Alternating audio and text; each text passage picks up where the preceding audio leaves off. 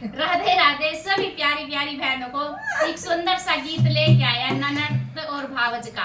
अच्छा लगे तो कमेंट में लिख के जरूर भेजना। हम घर पर नहीं थे, ननद हमारी आ चुकी है, फोन भी नहीं किया, छुट्टियों में आ गई है बच्चों को लेके। कम से कम फोन तो करना चाहिए था दीदी को। राम राम जी सभी को, राधे राधे। मैंने तो सरप्राइज दिया इनको। मैं घर नाही